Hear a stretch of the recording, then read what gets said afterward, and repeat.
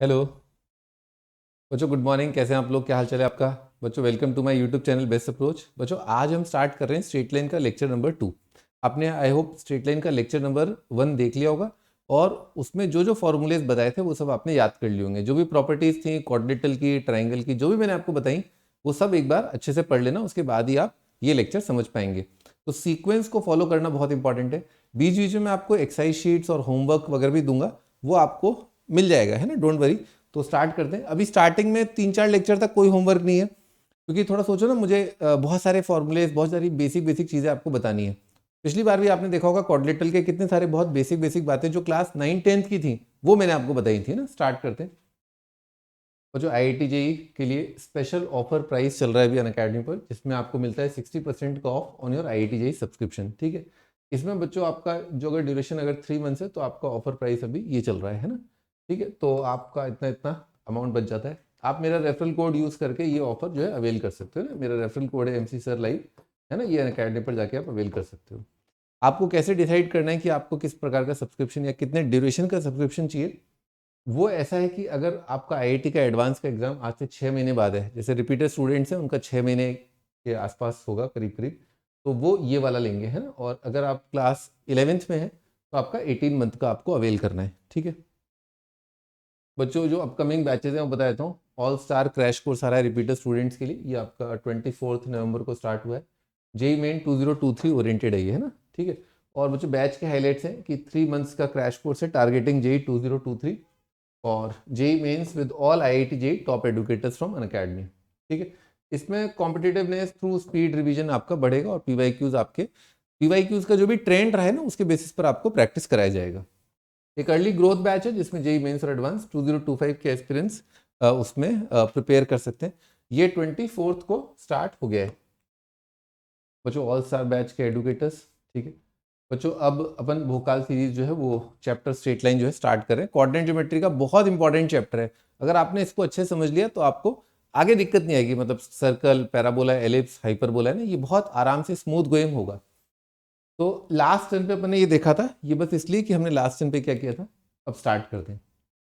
तो आज पिछली टर्न पे अपन ने बहुत सारे फॉर्मूलेज देखे थे, आज क्वेश्चंस काफ़ी सारे होंगे। तो आप लोग ये क्वेश्चन जो है ये अपनी नोट्स कॉपी में उतार लो। ठीक है, और वीडियो को पॉज कर देना। ठीक है, वीडियो को पॉज कर देना और थोड़ा इस क्वेश्चन को ट्राई कर लेना, हल्का सा ट्राई कर लेना। अगर नहीं आए तो फिर आप ये सॉल्यूशन आंसर तो आपको कॉपी करना ही है। ठीक है, और थोड़ा वीडियो को पॉज करके देख लेना एक बार क्वेश्चन क्या है। ठीक है, वैसे मैं बोल ही रहा हूँ, prove that the points 2a, 4a, 2a, 6a and 2a + √3a, 5a are the vertices of an equilateral triangle whose side is 2a, है ना। बहुत बेसिक सवाल है, very very very very easy question. ठीक है, ऐसा इसलिए क्योंकि पहला क्वेश्चन है ना हमारा, सारे डेरिवेशन हमने कर लिए, अब उसको धीरे धीरे अपन ग्रेजुअली अपना डिफिकल्टी लेवल बढ़ाएंगे। तो मान लो कोई 3 पॉइंट अगर इक्विलेटरल ट्राइंगल बना रहे हैं, ठीक है, जैसे ये पॉइंट A है मान लो, ये B है, ये मान लो C है। ठीक है, तो आपको उसने खुद ही ने बोल दिया कि साइड लेंथ आपको 2a प्रूव करना है। तो कुछ नहीं है, बस डिस्टेंस फॉर्मूले से A और B के बीच का डिस्टेंस है ना 2a अपने को लेकर के आना है ना। डिस्टेंस फॉर्मूला आपको याद है, √of x1 - x2 का स्क्वायर, ठीक है, प्लस y1 - y2 का स्क्वायर, है ना। ये डिस्टेंस फॉर्मूला होता है। x1 ये है, ये आपका x2 हो जाएगा, ये आपका y1 है, ये आपका y2 हो जाएगा। तो बस पुट द वैल्यू, है ना, बस वैल्यू प्लग इन करनी, कुछ भी नहीं करना है ना, put the value get the answer type question है ये। तो बच्चों 2a और यहाँ पर 2a, तो 2a - 2a कितना आ जाएगा, 0, है ना। ये आपका 0 आ गया, 0 का स्क्वायर 0, और 4a - 6a कितना आएगा, -2a। ठीक है, -2a, तो -2a का स्क्वायर कितना हो जाएगा, 4a², इसका रूट आ रहा है, और ये कितना आ जाएगा, 2a। अब बच्चों साइड अगर 2a उसने दे रखा है तो आपको पता ही कि a पॉजिटिव होगा, है ना। मैं एक बार हल्का सा एक एल्जेब्रा का एक फंडा बताया था, √of x², अगर आपको याद हो मैंने बताया था क्या होता है, मॉड x होता है ना, x नहीं होता, क्योंकि x नेगेटिव हो गया तो अंडर रूट के बाहर हमेशा पॉजिटिव क्वांटिटी आती है। तो ऑब्वियस ही बात है कि अगर वो साइड लाइन 2a बोल रहा है तो जरूर 2a ही पॉजिटिव होगा, तो √4a² को आप 2a लिख सकते हो। भाई अपन ने एक साइड लेंथ प्रूव कर दिया है, यानी कि first point and second point के बीच का डिस्टेंस। अब अपन सेकेंड और थर्ड पॉइंट के बीच का डिस्टेंस निकाल रहे हैं। तो सेकंड और थर्ड के बीच का डिस्टेंस अगेन वैल्यू पुट करनी, तो ये आएगा अंडर रूट ऑफ, भाई 2a और 2a प्लस रूट 3 है ना, तो सब्ट्रैक्ट करोगे तो 2a कट जाएगा है ना, रूट 3a का स्क्वायर बनेगा, या माइनस रूट 3 एक ही बात है ना, दोनों का स्क्वायर तो सेम ही आएगा। 6a और 5a है ना, डिफरेंस कितना आ जाएगा, a का स्क्वायर a स्क्वायर, तो जो 3a square plus a square कितना आ जाएगा 4a स्क्वायर, ये भी आ गया सेम सेम, ठीक है ना, क्लियर। अच्छा अब अपन ने फर्स्ट सेकंड कर लिया, सेकंड थर्ड कर लिया, अपन फर्स्ट थर्ड कर रहे हैं। यहाँ पर लिख देता हूँ कि मैं फर्स्ट और थर्ड के बीच का डिस्टेंस निकाल रहा हूँ। भाई 2a plus root 3, 2a subtract हो जाएगा और रूट 3a या माइनस रूट 3a का स्क्वायर आएगा 3a स्क्वायर। तो जो 4a और 5a का कितना आएगा माइनस a का स्क्वायर आ जाएगा a स्क्वायर, अगेन ये भी कितना आ जाएगा 4a स्क्वायर का रूट 2a। तो बस वैल्यू पुट करनी थी है ना, तीनों साइड लेंथ 2a प्रूव कर दी। इस सवाल को थोड़ा घुमा फिरा के ऐसे पूछ सकता है वो है ना, कि मान लो आपको ये 3 वर्टिसेस दे दी, ये बोल दिया कि ये एंगल 60 प्रूव करो, कोई एक एंगल 60 प्रूव करने को बोल दिया। तो जब ट्राइंगल इक्विलेटरल है, शेप इक्विलेटरल है, तो ऑब्वियसली बात है ये एंगल 60 आ जाएगा। तो एंगल निकालना थोड़ा कॉम्प्लिकेटेड होता है, पर आपने केवल डिस्टेंस फॉर्मूले से ये जो कॉम्प्लिकेटेड सवाल था, अगर 60 डिग्री पूछता वो आपने सॉल्व कर लिया ना। तो हमेशा ध्यान रखो, जब भी आपको 3 वर्टिसेस दे रखी हो या 4 वर्टिसेस दे रखी हो, तो डिस्टेंस फॉर्मूला बहुत बेसिक, बहुत इजी होता है। आपको फिगर के बारे में बहुत अच्छा आइडिया लग जाता है जैसे ही आप डिस्टेंसेस निकालते हो। तो डिस्टेंस तो मुझे लगता है कि निकाल लेना ही चाहिए, अगर अपने को कोई भी 4 वर्टिसेस वाला क्वाड्रिलेटरल दे रखा हो या 3 वर्टिसेस वाला ट्राइंगल दे रखा हो, डिस्टेंस तो जरूर निकालो।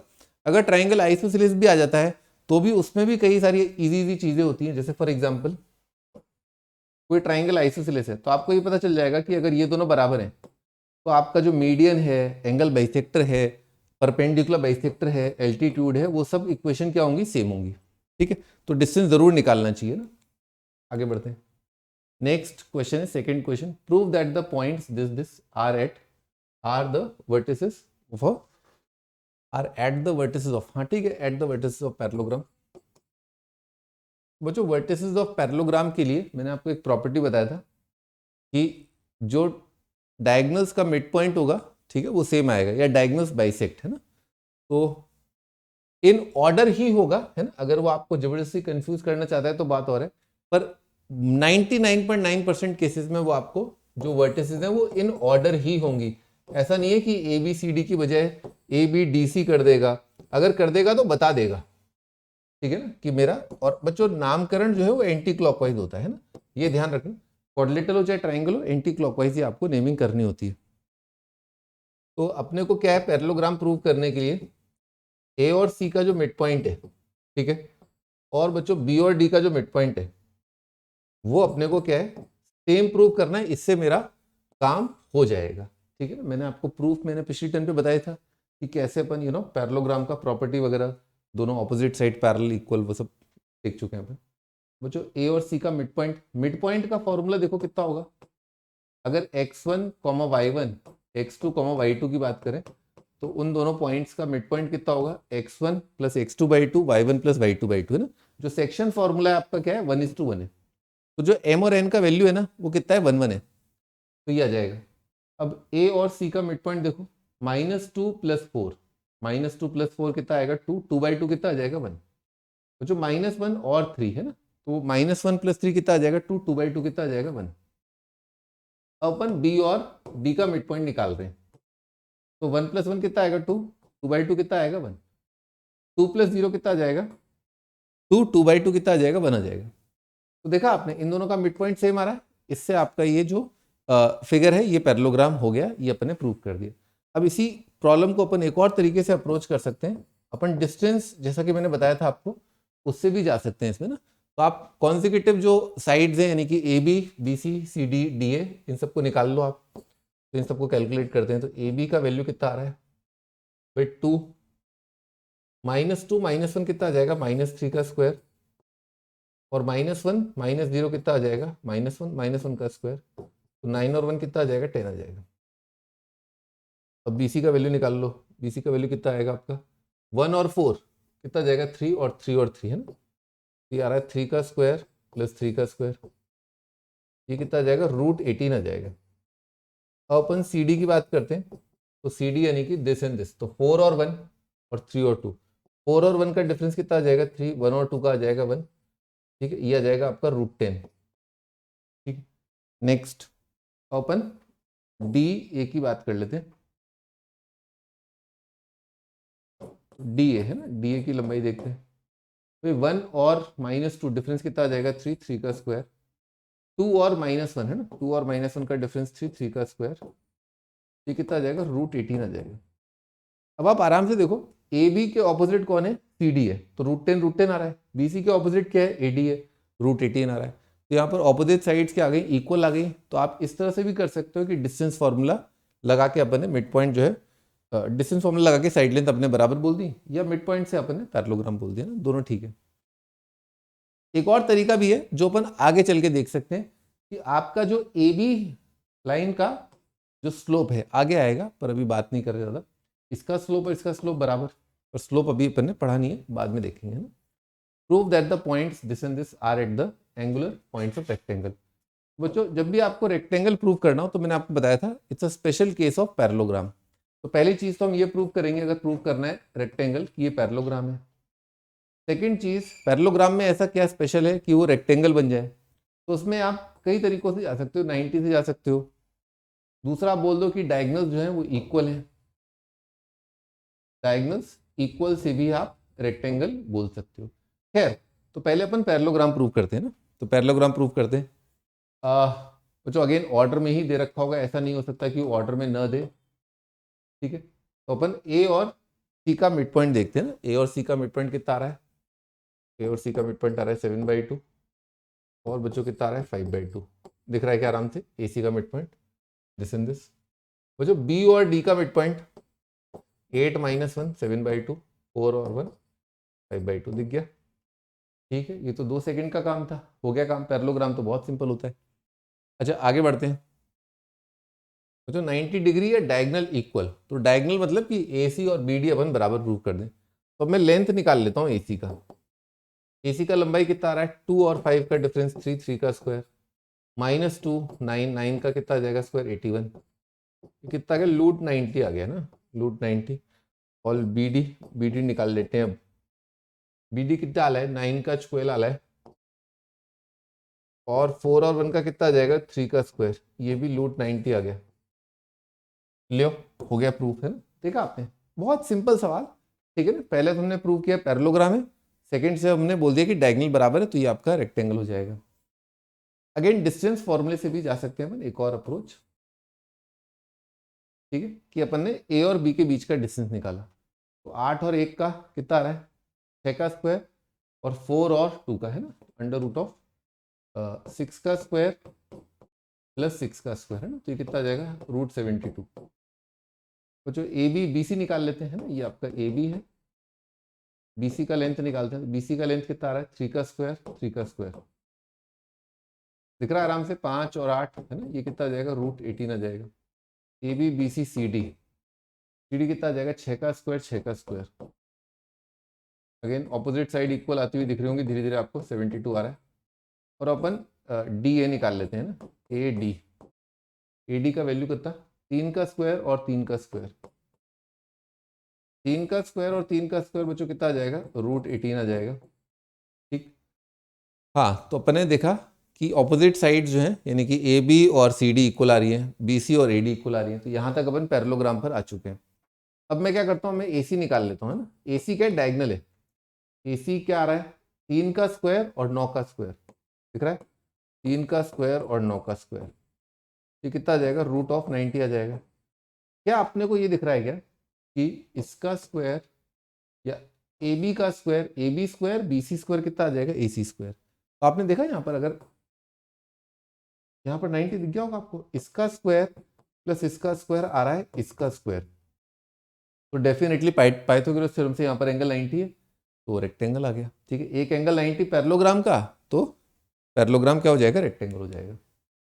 बच्चों अगेन मैं दोबारा बोल रहा हूँ, ठीक है ना, बार बार बोलूंगा कि आप वीडियो को पॉज कर सकते हैं, क्वेश्चन जरूर पूरा का पूरा लिखिए अपनी कॉपी के अंदर, उसके बाद लिखिए, ये आपके नोट्स हैं बेसिकली, ठीक है। होमवर्क भी आपको मिल जाएगा, मैं आपको कंप्लीट जो स्टडी मटेरियल है वो ऐसे लोनी वो डिस्क्रिप्शन में दे दूंगा। ऐसे लोनी हमने पूरी टाइप करा ली है। इसका जो एक्सरसाइज 1 है बेसिकली, उसका 3rd क्वेश्चन छोड़ के आप सारे क्वेश्चन कर सकते हो।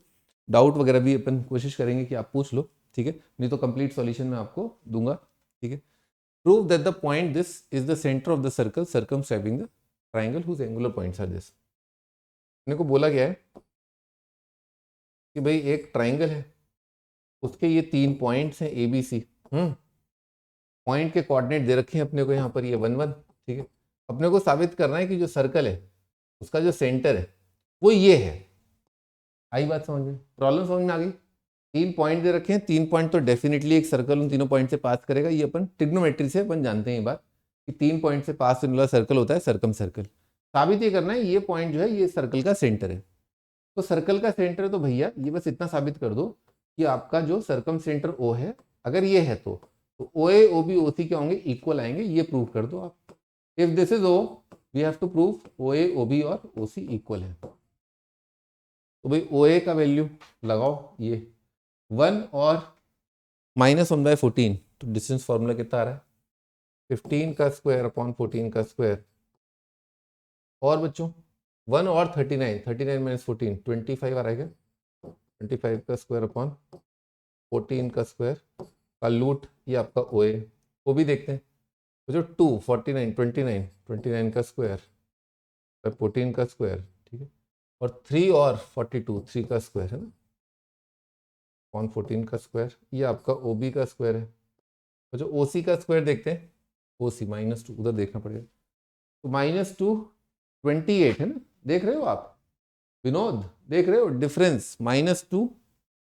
अब ये बच्चा टाइप हरकत मत कराओ यार। -2 + 1/14 है, इसका स्क्वायर करना है, कितना जाएगा? 27। 27 का स्क्वायर अपॉन 14 का स्क्वायर। ये देखो बदतमीजी नहीं चलेगी यहाँ पर, बिल्कुल नहीं चलेगी। डिस्टेंस फॉर्मूला है, ये पहले से क्लास 10th के बच्चों को भी आता है ये, ठीक है ना। ये मत करना आपकी सर ये इसमें दिक्कत आ रही है। देखो 14 to the 28 है ना, 11 का स्क्वायर। डिस्टेंस फॉर्मूला 11वीं में पढ़े हो, सॉरी 10वीं में पढ़े हो, ठीक है ना। 11वीं में रिवाइज कर रहे हैं विपन, है ना, ठीक है। तो स्पीड पकड़ने की कोशिश करो, ये मत बोलो कि आ नहीं रहा है, आ तो रहा होगा, इसमें स्पीड बनानी है अपने को। 15 का स्क्वायर कितना है? 225। बच्चों 14 का स्क्वायर तो नीचे है ही, और ये कितना है? 625। कितना होता है ये? 850 होता है। 850 का रूट डिवाइडेड बाय 14 है ना, ये आया। जो 29 का स्क्वायर कितना होता है? 841 है ना, 841 + 9, सही बात है 841, ठीक है, ये आया। जो 27 का स्क्वायर कितना होता है? 729, 729 + 121, 729 + 121 याद आ रहा है? 850 दिख गया। ये भी आ रहा है 850 कौन? 14, ठीक है, सही बात है। सारे डिस्टेंसेस बराबर हैं, जरूर यही है आपके सर्कल का सर्कम सेंटर, या इन तीनों पॉइंट से बनने वाले ट्राइंगल का सर्कम सेंटर। फिर नेक्स्ट ना बच्चों अगला टाइटल है हार्मोनिक कॉन्जुगेट, है ना। ये टाइटल मैंने अपने लिए लगा रखे हैं, आप लिख लीजिए इनको, हार्मोनिक कॉन्जुगेट, ठीक है। और बच्चों अपन सर्कम सेंटर, सेंट्रोइड और ऑर्थो सेंटर, है ना, OGHI है ना। H मतलब ऑर्थो सेंटर, C लिख रखा होगा शायद इन्होंने ऑर्थो सेंटर, और H मतलब ऑर्थो सेंटर, C छोड़ दो ना, I मतलब इन सेंटर। इनके कोऑर्डिनेट निकालेंगे अपन, है ना, ठीक है। ठीक है बच्चों, हार्मोनिक कॉन्जुगेट क्या होता है मैं आपको बताता हूँ, है ना। तो हार्मोनिक कॉन्जुगेट है, लिखो भाई टाइटल लिखो, harmonic conjugate. Harmonic conjugate, harmonic conjugate बच्चों ये होता है कि if P divides A B internally, if P divides AB internally in ratio λ/1 and Q divides AB externally in ratio λ/1, same ratio में P पॉइंट इंटरनली डिवाइड कर रहा है, Q point externally divide कर रहा है, then P and Q are said to be harmonic. P and Q are said to be harmonic conjugate of each other with respect to A and B. With respect to A B के respect में P और Q क्या है, harmonic conjugate है एक दूसरे के. अगर मैं इंटरनली डिवाइड कर रहा हूं तो और तू एक्सटर्नली डिवाइड कर रही है तो हम दोनों हार्मोनिक कॉन्जुगेट हुए एक दूसरे के. किसके रिस्पेक्ट में, ए और बी के रिस्पेक्ट में. ठीक है.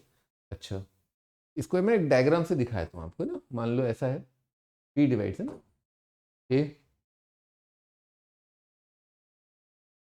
ऐसा करता हूँ, इसको ना थोड़ा चेंज कर देता हूँ.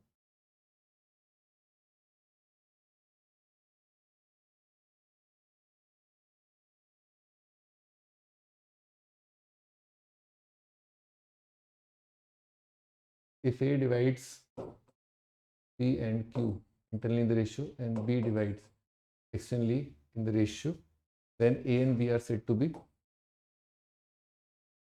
harmonic conjugate with respect to P and Q. ठीक है. हाँ भाई बच्चों, मैं कह रहा था कि P पॉइंट यहाँ पर ले लेते हैं. ठीक है. और Q पॉइंट यहाँ पर ले लेते हैं. A divides P Q internally, तो इंटरनली आपको पता ही है कि बीच में आएगा यहाँ पर, और B अगर एक्सटर्नली डिवाइड करा तो B यहाँ पर आएगा. ठीक है, यहाँ तक लिखो. ठीक है, इस तरह से आपका डायग्राम बनेगा. ठीक है भाई. बच्चों फंडा क्या होता है, क्यों से हार्मोनिक कॉन्जुगेट क्यों कहते हैं, why are we saying it as harmonic conjugate. Harmonic क्या है, तो आपने थोड़ा सा प्रोग्रेशन में पढ़ा होगा, arithmetic progression, geometric progression, harmonic progression. तो यहाँ पर भी हार्मोनिक प्रोग्रेशन वैसा ही कुछ है. एक्चुअली क्या होता है जब ये होता है, यानी कि A divides P and Q, B divides this, ऐसा हो जाता है तो क्या हो जाता है बताता हूं मैं आपको. देन मतलब if A divides this, B divides this, then A and B are said to be harmonic conjugate. और क्यों कहते हैं, क्यों पढ़ा शायद ये नाम, वो इसलिए क्योंकि बच्चों यहाँ पर PA, PQ, PB इन हार्मोनिक प्रोग्रेशन, इन हार्मोनिक प्रोग्रेशन है ना. ये बच्चों हार्मोनिक प्रोग्रेशन में आप डिस्टेंस पे अगर देखें तो P से शुरू करते हो, PA, PQ, PB, ये आपका हार्मोनिक प्रोग्रेशन बनता है ना. आइए प्रूफ करते हैं क्यों हार्मोनिक बन रहा है. वो हो जाएगा, बातें बराबर ही हैं.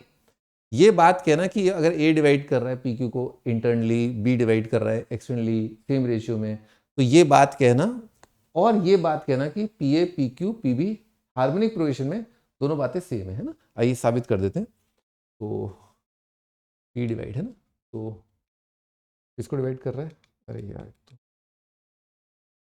P A upon P A upon Q A, P A upon Q A is equal to P B upon Q B, P B upon Q B है ना. ये आपका सेम रेशियो है λ:1. ठीक है. अच्छा, अब बच्चों क्या है कि अपने को जो रिलेशन चाहिए वो P A, P Q, P B में रिलेशन चाहिए. पी ए हमारे पास, पी ए भैया तो है, पर क्यू ए हमको नहीं चाहिए. हमको क्यू ए नहीं चाहिए तो हम क्यू ए को लिख लेते हैं. क्या लिख लेते हैं, P Q minus P A, P Q minus P ए करके हम लिख लिए. ठीक है. और पी बी में, पी बी हाँ चाहिए, पी बी चाहिए. ओहो, क्यू बी हमको नहीं चाहिए, क्यू बी नहीं चाहिए, कोई बात नहीं. तो P B minus P Q, P B minus P Q लिख लो. P B minus P Q करके लिख लिए है ना. इसमें तो कोई दिक्कत नहीं, आंखों से ही दिख रहा है तो है ना. बच्चों उसका उचकी कर दिया, नहीं क्रॉस मल्टीप्लाई कह रहा P A multiplied by P B minus P A into P Q है ना, is equal to P Q into P B minus P A into P B. तो पी ए पी बी एक तरफ ले आओ और डिवाइड कर दो पी, चलो ठीक है मत भी करो divide, twice of P A P B is equal to, right side आप देख रहे हो इन दोनों में क्या कॉमन आ रहा है, इन दोनों में पी क्यू कॉमन आ रहा है ना. पी क्यू कॉमन किससे मल्टीप्लाई है, पी बी और पी ए, तो P B plus P A है. ठीक है. ये तो P Q is equal to this. चलिए भी आगे, तो P Q is equal to 2 P A P B upon P B plus P A. ये आपको दिख गया. अरे यार ये तो हार्मोनिक मीन लिखा हुआ है पी ए और पी बी का, तो हार्मोनिक मीन क्या है, पी क्यू.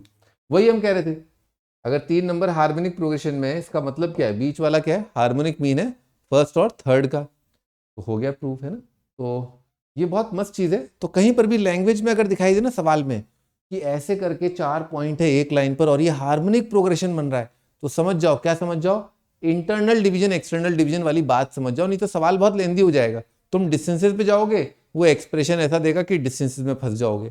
तो ये सेक्शन फॉर्मूले से जाना है अपने को इसमें ना, ठीक है। तो 4 पॉइंट एक लाइन, हार्मोनिक कहीं भी लिखा हो, बस समझ जाओ कि ये सेक्शन फॉर्मूला का सवाल है, ठीक है। आगे बढ़ते हैं। फिर डिटर्मिनेशन ऑफ, यानी कि अपना ये सेंट्रोइड और अपना इन सेंटर अपन निकाल लेते हैं, ठीक है। ये वैसे आगे भी दे रखा है पर यहाँ पर लिख लेते हैं अपन।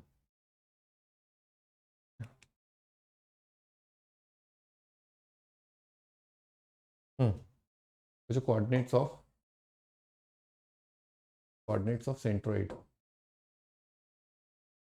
of centroid and in centre, ठीक है। पहले मैं आपको बता देता हूँ कि प्रॉब्लम किस तरह से पूछेगा वो। तो सवाल ऐसा होगा कि आपको ये पॉइंट ए है, पॉइंट बी है, पॉइंट सी है ना, इनके कोऑर्डिनेट दे रखे होंगे। जैसे पॉइंट ए का कोऑर्डिनेट आपको दे रखा होगा x1 y1, b x2 y2, c x3 y3, ठीक है, ऐसे दे रखा होगा। अब बच्चों मान लो ये पॉइंट आपको दे दिया, ठीक है। तो आपको सेंट्रोइड को आइडेंटिफाई करने के लिए क्या करना होगा, मीडियन ड्रॉ करने होंगे। मीडियन मतलब मिड पॉइंट, 1:1। तो अगर बी पॉइंट आपको पता ही है कि भैया मेरा बी पॉइंट जो है x2 y2 है और सी पॉइंट हमारा x3 y3 है। ध्यान रखना, अगर मैं थोड़ा सा आगे बढ़ रहा हूँ या मैंने थोड़ा सा आगे का लिख दिया, आप नहीं लिख पाए, तो प्लीज़ वीडियो को स्टॉप करें, लिख लेना है ना। और x2 plus x3/2 comma y2 plus y3/2 है ना, ये आपका मिड पॉइंट आ गया, ठीक। अच्छा, अब अपने को ये याद होना चाहिए कि ए डी को जी डिवाइड करता है इंटरनली इन द रेशियो 2:1, ठीक है। तो बस सेक्शन फॉर्मूला इसमें लगेगा, ठीक है।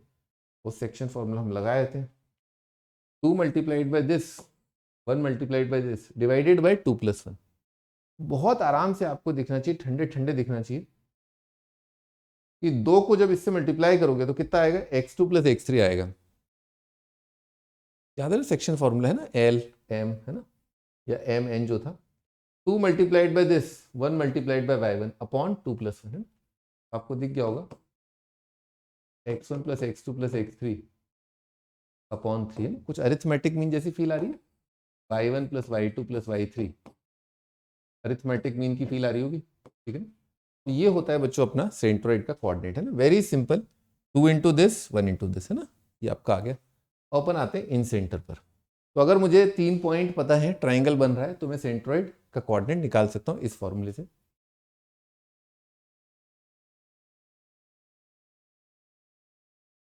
तो ये पॉइंट ए है ना, ये पॉइंट बी, ये पॉइंट सी है।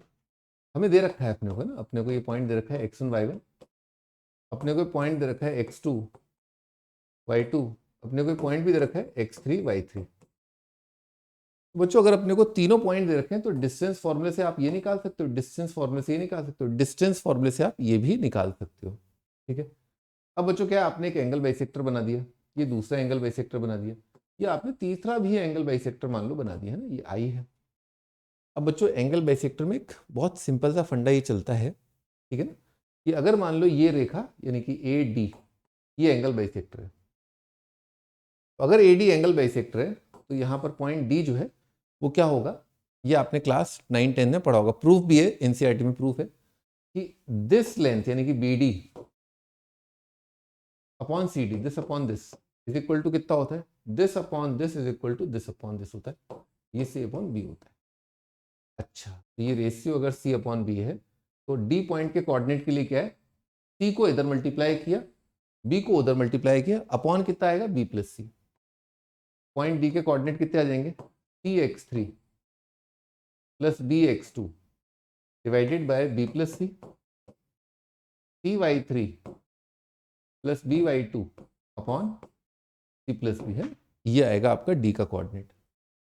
अब बच्चों क्या आई किसी रेशियो में ए और डी को डिवाइड कर रहा है, आई अगर किसी रेशियो में ए और डी को डिवाइड कर रहा है तो सेक्शन फॉर्मूले से मैं आई निकाल लूंगा, क्योंकि मुझे ए पता है, ये सब डिस्टेंसेस से मुझे पता है, ए बी सी और x2 x3 y2 y3 ये सब भी दे रखा है, ठीक है। आइए देखते हैं बच्चों, वही एंगल बाइसेक्टर है ना, ट्राइंगल देखिए, ट्राइंगल देखिए आप ABD, इस ट्राइंगल को देखिए ABD है ना, तो आपको आराम से दिख रहा होगा ये जो BD है, सॉरी BI है, ये आपका एक एंगल बाइसेक्टर की तरह काम कर रहा है। तो आप यहाँ पर ये कह सकते हैं कि अगर ये एंगल बाइसेक्टर है तो AI डिवाइडेड बाई DI, देख रहे हो आप, this upon this is equal to this upon this, है ना, यानी कि C अपॉन कितना है आपका BD, लंबाई कितनी है BD। अच्छा, क्या मैं BD की लंबाई निकाल सकता हूँ? हाँ बिल्कुल निकाल सकता हूँ, क्योंकि मुझे पता है कि ये पूरा लंबाई तो A है और ये C/B के रेशियो में डिवाइड कर रहा है। तो मान लो अगर आपको किसी दोस्त को 40 रुपये देने हैं, ठीक है ना, तो आपको अगर 40 रुपये देने हैं और आपको एक फ्रेंड को मतलब 40 रुपये आपके पास है, एक फ्रेंड को 1:3 में डिवाइड करना है, एक फ्रेंड को दूसरे का 3 गुना हिस्सा देना है। तो आप क्या करोगे, 1/1+3 इंटू 40, ये एक फ्रेंड का हिस्सा हो जाएगा। दूसरे का हिस्सा कितना होगा, 3/1+3 इंटू 40, ठीक है। तो मुझे पता है भी ये पूरा टुकड़ा है, इसका 1:3 और दूसरा जो रेशियो है वो आपका B है। तो BD का लंबाई में इस हिसाब से निकाल सकता हूँ। BD आ जाएगा आपका टोटल, और वो वाला पार्ट कितना है, C/C+B करके आ जाएगा। ये हम यहाँ पटक देते हैं, ये C अपॉन क्या लिखा है, AC/B+C, ये कट जाएगा, ये कितना आएगा, B+C/A, ठीक है, दिस इज B+C/A। ओहो, तो ये तो रेशियो आ गया मेरे पास। ये तो भैया AI/DI मेरे पास बहुत क्लियर, जैसे वहां पर 2:1 था, AG/GD, वहां 2:1 था, यहाँ पर कितना है, B+C/A है ना, दिस अपॉन दिस क्या है, B+C/A आ रहा है। इससे क्या होगा, मैं अपना I पॉइंट जो है वो मैं निकाल सकता हूँ। क्या करना होगा मुझे उसके लिए, B+C को मल्टीप्लाई करूंगा मैं D से, और A से मल्टीप्लाई करूंगा इसको। बच्चों B+C को अगर मैंने इससे मल्टीप्लाई किया तो B+C कट जाएगा, कितना आएगा, BX2CX3 प्लस AX1, और अपॉन में कितना आएगा, L/M या M/N, जो भी रेशियो आपने फॉर्मूला पढ़ा था ना, M/N। तो आंसर कितना आ जाएगा,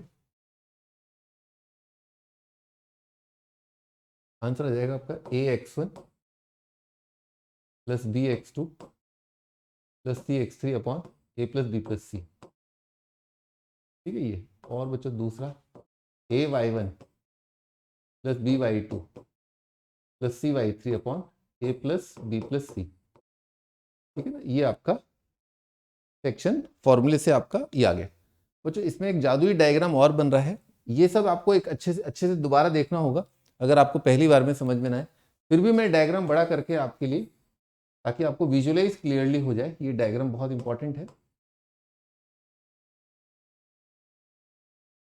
तो मान लो ये A है, ये B है, ये C है, ठीक है, ये आपका I है, ठीक है। तो बच्चों ये जो रेशियो है कितना है आपका, B+C/A है ना, यानी कि AI/DI, ये बनेगा क्या, B+C/, याद रखो। अच्छा, B की तरफ से जो रेशियो है ये कितना आएगा आपका, A+C/B, यानी कि BI/I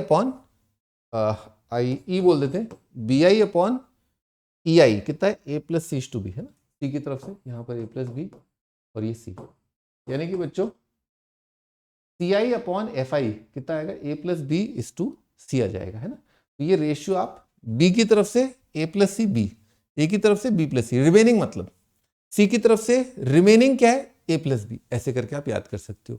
इसको ऐसे भी समझा जा सकता है, इक्विलेटरल ट्राइंगल में सभी बराबर होंगे तो ये कितना हो जाएगा, 2A और A, तो कितना आ जाएगा, 2A और A का रेशियो कितना हो जाएगा, 2:1। तो ऐसे करके भी आप इसको समझ सकते हो, याद कर सकते हो, याद करने में हेल्प होती है। तो ऐसा नहीं है कि ट्राइंगल इक्विलेटरल है, पर इक्विलेटरल ट्राइंगल अगर होता तो फॉर्मूला वैलिड होना चाहिए था ना, तो सेंट्रोइड और इंसेंटर उसमें सेम होते हैं, तो इससे फायदा हो जाता है, ठीक है भाई। ये हार्मोनिक कॉन्जुगेट अपन ने पढ़ा, और आगे बढ़ते हैं अपन ना, ठीक है बच्चों, याद कर लेना, है ना। और अपन इस सेकेंड नोट पर आ गए, इंटरनल, यहां से बच्चों आपको लिखना है, internal and external common tangents divide the line joining the centres of two circle externally and internally in the ratio of the radii, ठीक है ना, ये आप लिख लो, ठीक है ना। वीडियो पॉज कर लो अगर नहीं लिखा अभी आप, अभी तक आपने, तो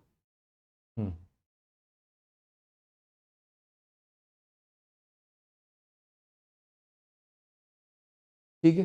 तो बच्चों है ना, एक और चीज बता दूं मैं आपको कि ऑर्थो सेंटर और जो आपका सरकम सेंटर है, ये आप जब लाइन की इक्वेशन अपन पढ़ लेंगे तो ज़्यादा बेटर होता है। एक सेक्शन फॉर्मूला है, एक रेशियो है, पर मैं बताता नहीं हूँ वो रेशियो ज़बरदस्ती आप याद करो, कोई पॉइंट नहीं है, ठीक है।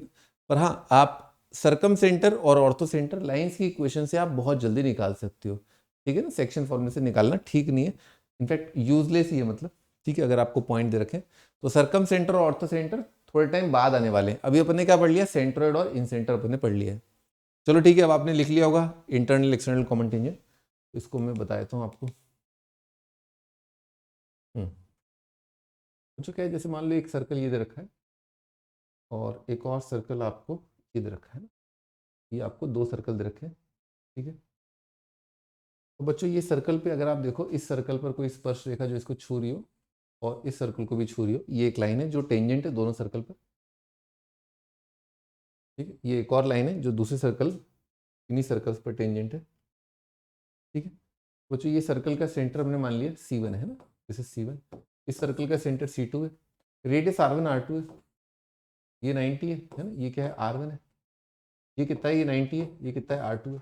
इनके सेंटर्स को जोड़ दिया अपन ने, ठीक है, और यहाँ तक अपन लेके आ गए, ओके।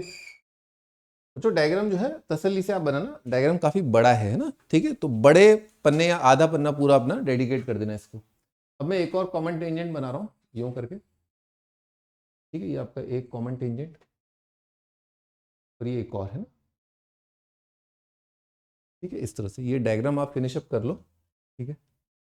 और बच्चों जहां पर ये दोनों टेंजेंट मिले हैं, ये वाला पॉइंट, इसको अपन बोल देते हैं O1, और यहाँ पर जो दो टेंजेंट मिले हैं इसको बोल देते हैं अपन O2। बनाने में टाइम लगेगा, आप वीडियो पॉज कर सकते हैं ना, ठीक है। तो ओके ओके, तो बच्चों ये वाला ट्राइंगल देखो, यहाँ पर मैं इसको बोल देता हूँ कुछ पॉइंट P बोल देता हूँ, ठीक है। और इस पॉइंट को मैं, ये वाला जो पॉइंट है, ये वाला पॉइंट, इसको मैं Q बोल रहा हूँ। Please C triangle O2P C2 और ट्राइंगल O2QC1। ये दो ट्राइंगल आप देखो है ना, दोनों ट्राइंगल्स हैं बच्चों, ये वाला जो एंगल है ये दोनों ही ट्राइंगल्स के अंदर है, प्लस ये एंगल 90 है और ये एंगल 90 है। तो आपको याद होगा डबल ए सिमिलैरिटी, दोनों ट्राइंगल सिमिलर हो गए है ना, ये ट्राइंगल आ गए सिमिलर, ठीक। अच्छा, अब आप ये देखिए, सिमिलर ट्राइंगल्स में क्या होता है, जो साइड्स का रेशियो होता है सेम होता है, जैसे इसकी एक साइड उसकी दूसरी side. Of course angle opposite होता है, जैसे इस एंगल के ऑपोजिट अगर आप देखें तो इस छोटे ट्राइंगल में ये साइड लेंथ आ रही है R2। अच्छा, इसी एंगल के ऑपोजिट अपन देखें तो बड़े वाले ट्राइंगल में साइड लेंथ आ रही है R1, ठीक। अच्छा, ये जो एंगल 90 है, इसके सामने वाली जो साइड है वो क्या है, C2O2 है, ठीक है। और इसी एंगल 90 के सामने बड़े वाले ट्राइंगल के अंदर जो साइड लेंथ आ रही है वो आ रही है आपकी C1O2, ठीक है। तो basically this this upon this is equal to this upon this. आप इसे किसी ट्रिग्नोमेट्रिक रेशियो से भी आप लिख सकते थे, क्योंकि दोनों ट्राइंगल राइट एंगल ट्राइंगल है, तो tan theta sine theta cos theta करे कुछ आ जाएगा। एनीवेज, इस पिक्चर को देखिए आप, ये पिक्चर क्या कह रही है, ये पिक्चर कह रही है कि, वैसे मेरी आदत नहीं है ऐसे लिखने की, मैं लिख देता हूँ फिर भी है ना, O2C2 O2C1 है ना। तो ये जो रेशियो है कि O2 का डिस्टेंस है ना, O2 देखो यहाँ से, O2C2 दिस अपॉन दिस है ना, is equal to this upon this, यानी कि O2 पॉइंट जो है डिवाइड कर रहा है। अब क्योंकि O2 पॉइंट जो है ना, वो C1 और C2 लाइन सेगमेंट के क्या है, बाहर की ओर है, देख रहे हो। लाइन सेगमेंट के अगर अंदर होता तो इंटरनल डिवीजन होता, क्योंकि ये पॉइंट O2 जो है लाइन सेगमेंट के बियॉन्ड है, तो इसका मतलब ये एक्सटर्नल डिवीजन की बात कर रहा है। और एक्सटर्नल डिवीजन, मैंने यहाँ पर O1 कुछ गड़बड़ कर दिया, C1 C2 R2 के साथ C2 आएगा, यहाँ आपका हल्का सा ये ज़्यादा मिट जाता है, ये C1 है ना, ये C1 है, हाँ ठीक है। तो C1 बच्चों, C1 पॉइंट यानी कि ये वाला रेशियो है ना, तो एक्सटर्नल डिवीजन आ रहा है आपका, पॉइंट O2 एक्सटर्नली डिवाइड कर रहा है C1 और C2 को इन द रेशियो R2:R1, ठीक है। अच्छा, आगे बढ़ते हैं, अब इस पॉइंट की बात करते हैं ना, तो इस पॉइंट के हिसाब से देखें, ध्यान से देखना, ये वाला ट्राइंगल देखो, ये कोई और पॉइंट है और यहाँ से मैंने परपेंडिकुलर डाला, ये कोई और पॉइंट है ना। ये वाला एंगल देखो और ये वाला एंगल देखो, ये मैंने एक लाइन यूं ड्रॉ की है, एक लाइन यूं ड्रॉ की है, तो ये एंगल और ये एंगल वर्टिकली ऑपोजिट एंगल होंगे, इक्वल आ जाएगा, ये 90 और ये 90। ये वाला ट्राइंगल और ये वाला ट्राइंगल क्या है, सिमिलर है ना। अब मैं मेंशन नहीं कर रहा, इसकी जरूरत नहीं है। बस आप इतना देखो कि 90 के सामने क्या साइड लेंथ आ रही है, C1O1 आ रही है, और यहाँ पर 90 के सामने कौन सी साइड लेंथ आ रही है, C2O1 आ रही है, और इधर जो ये वाला एंगल है इसके सामने साइड लेंथ जो है वो बेसिकली रेडियस होगा, क्योंकि टेंजेंट और सेंटर, समझ गए ना। और यहाँ पर ये इस एंगल के सामने क्या आ रहा है, अगेन R2 आ रहा है। एक बार यहाँ तक तसल्ली से लिख लो, डायग्राम देख लो, है ना, फिर अपन बात करते हैं। तो बच्चों ये जो चीज है ना, ये क्या शो कर रही है, C1O1 C2O1, ये रेशियो ये आ रहा है। इसका मतलब क्या हुआ कि O1 पॉइंट डिवाइड कर रहा है C1 C2 को, है ना, O1 पॉइंट डिवाइड कर रहा है C1 C2 को internally in the ratio R1:R2, और यहाँ पर C1 C2 के रेशियो में मैंने रेसिप्रोकल लिख रखा है, यहाँ पर वहाँ R1/R2 या R2/R1 है। खैर एनीवे C1 नीचे है, C2 ऊपर है, तो O2 डिवाइड कर रहा है C1 C2 को externally in the same ratio. एक बार डेफिनेशन दोबारा देखो हार्मोनिक कॉन्जुगेट का। If A divides P and Q internally in the ratio, B divides externally in the ratio, तो जो पॉइंट्स डिवाइड करते हैं सेम रेशियो में, उन पॉइंट्स को कहा जाता है हार्मोनिक कॉन्जुगेट, है ना। तो यहां पर यही कहा गया था कि external and internal common tangents divide the line joining the centres of to circles externally and internally in the ratio of the radii. वही हमने किया है कि हाँ रेशियो ऑफ द रेडियाई होता है, ठीक है। तो इन दोनों बातों से ना कि यहाँ एक इंटरनल डिवीजन है, एक एक्सटर्नल डिवीजन है, अपन क्या कंक्लूड कर सकते हैं, अपन ये कंक्लूड कर सकते हैं कि O1 and O2 divide C1 C2 internally and externally in, अब O1 का, हाँ O1 क्या है, इंटरनली R1:R2, C1 पहले लिखा है ना मैंने, हाँ ठीक, R1/R2, इसी रेशियो में ये डिवाइड कर रहे हैं इंटरनली एक्सटर्नली। तो इसका मतलब क्या हुआ, ये दोनों पॉइंट क्या लगे, O1 O2 के हार्मोनिक कॉन्जुगेट, है ना, O1 O2 R harmonic conjugate of each other, harmonic conjugate of each other with respect to C1 C2, ठीक है। यहां तक आप लिख लो बच्चों। डायग्राम थोड़ा सा टफ है, उसमें मुझे ये भी बताना है आपको कि जो डेफिनेशन है इंटरनल, मैं बता देता हूं आपको। हाँ, इंटरनल कॉमन टेंजेंट है ना, एक्सटर्नल कॉमन टेंजेंट, और एक होता है इंटरनल कॉमन टेंजेंट, है ना।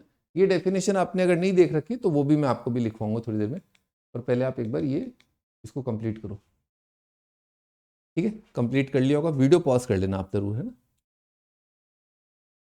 हाँ, इस डायग्राम को दोबारा देखो बच्चों। इस डायग्राम में अगर अपन ये जो गुलाबी गुलाबी देखें, है ना, इस लाइन को देखें, तो ये लाइन जो है इस सर्कल को भी छूती है, इस पर भी टेंजेंट है, और इस सर्कल को भी छूती है। तो एक लाइन जो दोनों सर्कल्स को टच करती है उसे बोलते हैं कॉमन टेंजेंट, है ना। तो लिख लेते हैं कॉमन टेंजेंट, है ना। ये बात अपन पहले भी ट्रिग्नोमेट्री में कर चुके हैं ना। अब वो लाइन जो दोनों सर्कल्स को छूती है और जो सेंटर्स हैं, यानी कि C1 और C2, आप देखो C1 C2, ये लाइन के C1 C2 के सेम साइड है। अच्छा, ये हरी वाली लाइन देखो, तो इस हरी वाली लाइन के एक सर्कल का सेंटर तो इस तरफ है और एक सर्कल का सेंटर उस तरफ है, यानी कि डिफरेंट साइड है। तो common tangent which has C1 C2 same side, C1 C2 same side are called external common tangent, external CT, या डायरेक्ट कॉमन टेंजेंट भी कहते हैं, direct common tangent, direct common tangent. और बच्चों जो आपका ये वाला टेंजेंट लाइन है जिसके सेंटर्स जो है डिफरेंट साइड है, तो इसको कहते हैं इंटरनल कॉमन टेंजेंट या ट्रांसवर्स कॉमन टेंजेंट, है ना। मैं यहाँ पर लिख देता हूँ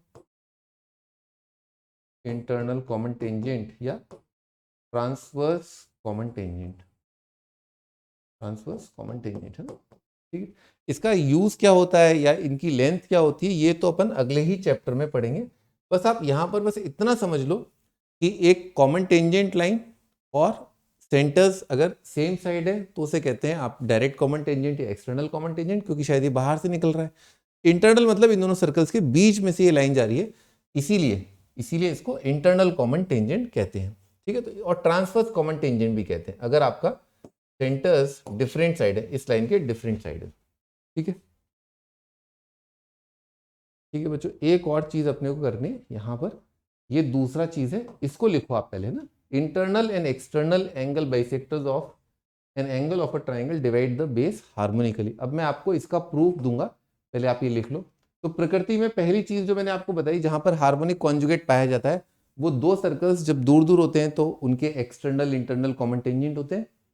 और दूसरी चीज ये, तीसरी भी चीज आएगी, पर पहले यहां तक लिखो एक बार, इस स्टेटमेंट को लिखो, then we'll get to the proof, है ना, फिर प्रूफ की बात करेंगे।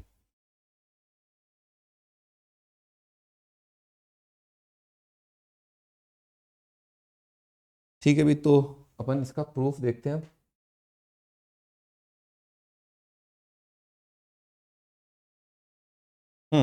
वो जो इंटरनल एंड एक्सटर्नल है, तो एक बार डायग्राम बना लेते हैं, कोई भी ट्राइंगल बना लो आप।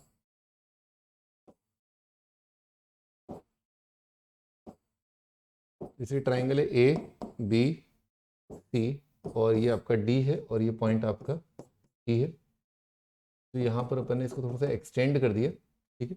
ये एंगल और ये एंगल है, यानी कि बी ए डी और सी ए डी एंगल बराबर है, एंगल बाइसेक्टर है, ये दोनों एंगल बराबर है।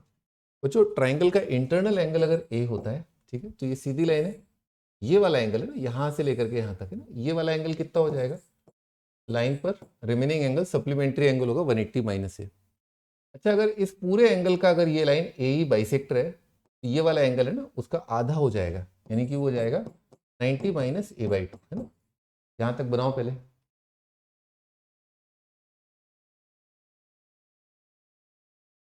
तो एक बार दोबारा देखो, internal and external angle bisectors of a angle of a triangle divide the base harmonically, ठीक है। यहाँ पर अपन ने डायग्राम बनाया। बेस क्या होता है बच्चों, बेस जो लेटी हुई साइड होती है ना ट्राइंगल की, उसे कहते हैं बेस। बाकी जो साइड जो खड़ी होती है उनको कहते हैं लेटरल साइड, और बेस होता है आपका जो लेटा हुआ या हॉरिजॉन्टल जो साइड होती है वो, ठीक है। और इस एंगल, ऊपर वाले एंगल को मैं एक बार रफ में स्केच करके बताया था, ये वाला एंगल आपका वर्टिकल एंगल होता है। अगर आपको कोई बोल रहा है बेस एंगल की बात कर रहा है, तो इसका मतलब इन दो एंगल्स की बात कर रहा है, these two are base angles, and ये स्टार मार्क जो है ये आपका वर्टिकल एंगल होता है।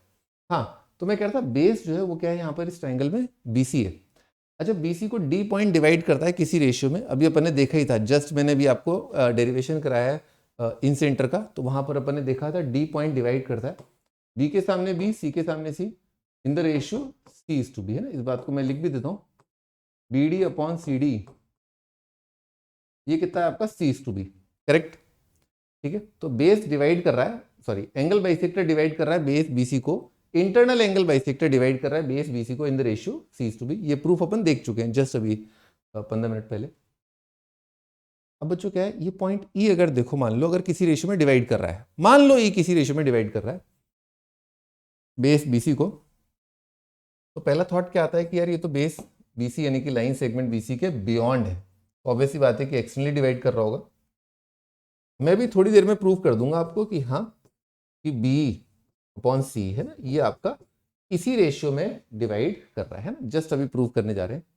पर पहले मैं अपना स्टेटमेंट कंप्लीट कर लेता हूँ ना, ये पार्ट हो चुका है, ये पार्ट मैं आपको बताने जा रहा हूँ और प्रूफ दूंगा मैं, पर एक बार स्टेटमेंट दोबारा देखो।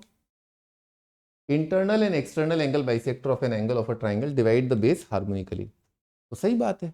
अगर डी पॉइंट इंटरनली डिवाइड करता है सी अपॉन बी वाले रेशियो में, अगर ई पॉइंट एक्सटर्नली डिवाइड कर रहा है सेम रेशियो में, तो कौन कौन डिवाइड करने वाले कौन कौन है, डी और ई।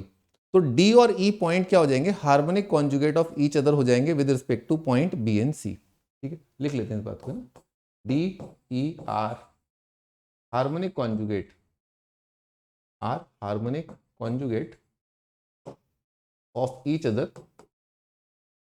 Of each other with respect to B comma C, ठीक है। यहां तक टाप लो, फिर मैं आपको प्रूफ देता हूं इसका। प्रूफ के लिए आपको प्री रिक्विजिट है सॉल्यूशन ऑफ ट्राइंगल, आपको आना चाहिए ना। सॉल्यूशन ऑफ ट्राइंगल में जो साइन रूल था उससे अपन इसको प्रूफ कर लेंगे, ठीक है। ठीक है, तो स्टार्ट करते हैं। तो बच्चों आप ये सोचिए कि अगर आपको बीई को एंगेज करना है ना, साइड लेंथ बी को एंगेज करना है या साइड लेंथ सी को एंगेज करना है, तो वो एंगेजमेंट के लिए आपके पास यहाँ पर देखिए ट्राइंगल ए बी ई का जो सबसे बड़ा ट्राइंगल है उसका बी जो है साइड लेंथ है, ठीक है। तो उस ट्राइंगल में अपन साइन रूल लगाते हैं, ठीक है। अच्छा, साथ के साथ ये भी सोच लेना कि सी ई जो है उसको कैसे आप एंगेज करोगे, है ना। तो स्टार्ट करते हैं।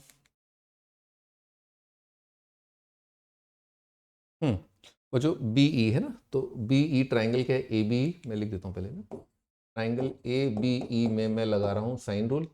साइन रूल का मतलब होता है साइड, साइड यानी कि बी, बी के सामने जो एंगल है उसके बारे में बात करते हैं। साइड अपॉन सामने वाला जो एंगल है उसका साइन। तो अभी मैंने बताया था आपको ये वाला एंगल a/2 हो जाएगा, ये a/2 हो जाएगा। ये मैंने बताया था आपको 90 माइनस a/2, तो this plus this plus this है ना, ये कितना आ जाएगा 90 प्लस a/2 दिख गया होगा आराम से। तो साइन ऑफ 90 है ना प्लस a/2, तो side length divided by sine of angle है ना। तो ये ए बी ई है।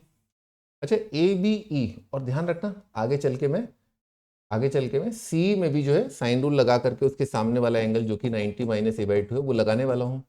तो क्या कोई ऐसा कोई साइड लेंथ है जो ए बी ई में और ए सी ई में दोनों में कॉमन है, ठीक है। वो आपको दिख गया होगा अब तक, है ना। ये आपका ये साइड लेंथ जो है ए बी जो है वो आपका कॉमन आ रहा होगा, है ना। तो ए बी के सामने ये वाला एंगल आ रहा है, ठीक है।